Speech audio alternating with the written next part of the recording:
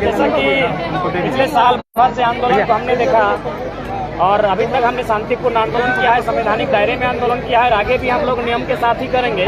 लेकिन इसके बावजूद हम लोग शांति से आंदोलन करते हैं, लेकिन क्या होता है कि प्रशासन के माध्यम से या फिर चंद अमीरों या फिर कह सकते हैं कंपनी के माध्यम से या फिर कुछ विधायकों के माध्यम से आंदोलन को दबाने के लिए जो नए युवा है उन पर झूठ मूठ का कभी 107 तो कभी FIR किया जाता है। तो हमें लगता है महिला महाजुटान इसलिए क्योंकि महिला शक्ति को अगर आगे ले आएंगे तो डर सब में होगा। इसलिए इन्हें आगे लाने का मकसद हमारा यही है कि हमारे पास जो भी चीज बचा है उसे बचा कर रखने के लिए, सहेज कर रखने के लिए आज महिलाओं को, हमारी माँ बहनों को आगे आना होगा। क्योंकि पिछले कई सालों से झारखंड लगातार अपने ज्वलंत मुद्दों के साथ लड़ाई लड़ रहा है, लेकिन बावजूद इसके आज इसे अधिकार नहीं मिल पाया है।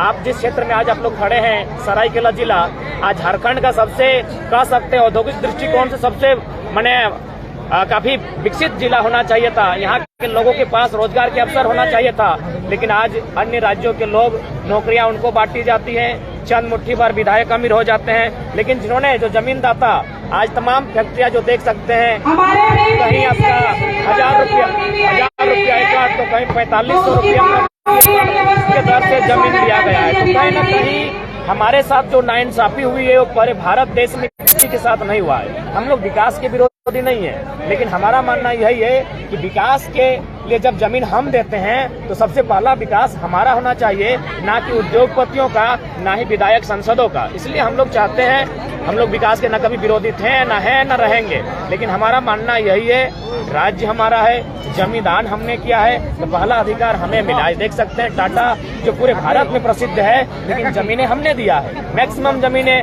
हमारी गई हैं, लेकिन हमें क्या मिला? उड़ता हुआ धूल, कुछ बीमारियां, कभी प्रशासन के द्वारा केस, कभी लाठी, कभी डंडा और फाइनली बस चंद मुट्ठी भर लोग उस विकास के नाम पर अपनी अपनी रोटी सेक गए हैं। पूरे राज्य में महिला जुटान आप जो करने जा रहे हैं, किस तरह का रिस्पांस मिल रहा है? बहुत अच्छा रिस्पांस आप देख सकते हैं और हमें तो ऐसा प्रतीत हो रहा है कि पुरुषों की तुलना में आज महिलाएं अपने अधिकार को लेकर काफी ज्यादा जागरूक है और इसलिए होना भी चाहिए। क्योंकि इन जमीनों पर जब हमारे खेत थे तो महिलाओं की भागीदारी 50% थी, यानी पुरुष हल चलाते थे, महिलाएं धान रोपती थी, बराबर का काम होता था। लेकिन जब से उद्योग की स्थापना हुई है, महिलाओं का सम्मान भी खत्म हुआ है और महिलाओं का रोजी रोजगार भी खत्म हुआ है। क्योंकि महिलाएं उद्योग में काम नहीं कर सकती हैं, वो जाके ड्राइवर नहीं बन सकती है, वो आपका जाकर मैंने जो काम होता है मजदूरी का वो तो कर नहीं सकती हैं। तो इस लिहाज से कंपनी को महिला सशक्तिकरण को प्राथमिकता देते हुए कंपनी अपने फंड के माध्यम से महिलाओं के लिए रोजगार उपलब्ध कराती, चाहे कहीं अगरबत्ती का मामला हो, मोमबत्ती बनाना हो या अन्य कोई स्रोत हो, इस पर कंपनी को खर्च करना चाहिए। लेकिन ये क्या करती है? मोटे माल ये खर्च करती है विधायक और मंत्रियों को अपनी आवाज को चुप रखने के लिए। तो मेरा मानना है उद्योग से अगर नुकसान किसी को हुआ है तो महिलाओं को हुआ है, क्योंकि जब खेती होती थी महिलाओं को बराबर का अधिकार मिलता था। तो इसलिए जब उद्योग की स्थापना हुई है तो महिलाओं को भी अधिकार मिलना चाहिए।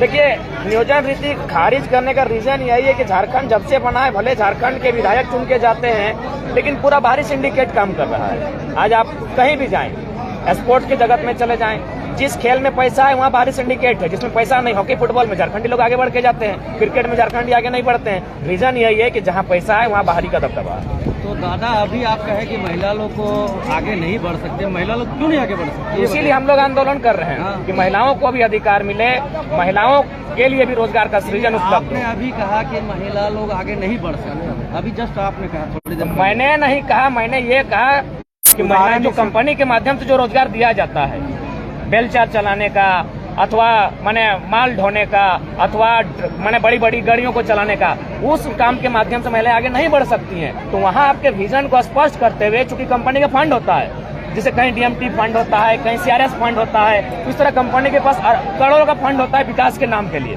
तो उस फंड में से कुछ राशि को महिलाओं के लिए, जो छोटे छोटे उद्योग के माध्यम से, जैसे हम लोग अगरबत्ती का नाम सुनते हैं, मोमबत्ती सुनते हैं, मशरूम पालन सुनते हैं, मुर्गी पालन सुनते हैं, जो महिलाएं सक्षम हैं। और मेरा मानना है कि महिलाओं को अगर आप बेलचा के काम में ले आते हैं तो कहीं ना कहीं उसके सम्मान के साथ सूट नहीं करता है। तो वो बात मैंने कहा, मैंने ये नहीं कहा कि महिलाएं नहीं बढ़, महिलाओं को बढ़ाने के लिए आज हम लोग महिला जुटान के तहत यहाँ पर आए हुए हैं। अच्छा जयराम जी, आप हेलो जयराम जी, तो महिला तो आगे है दादा। देखिए पदों में आगे हैं, हाँ। लेकिन आज भी आप देख सकते हैं संसद में कितनी महिलाएं हैं। हमारे संसद में कुल मिलाकर 790 सीटें हैं।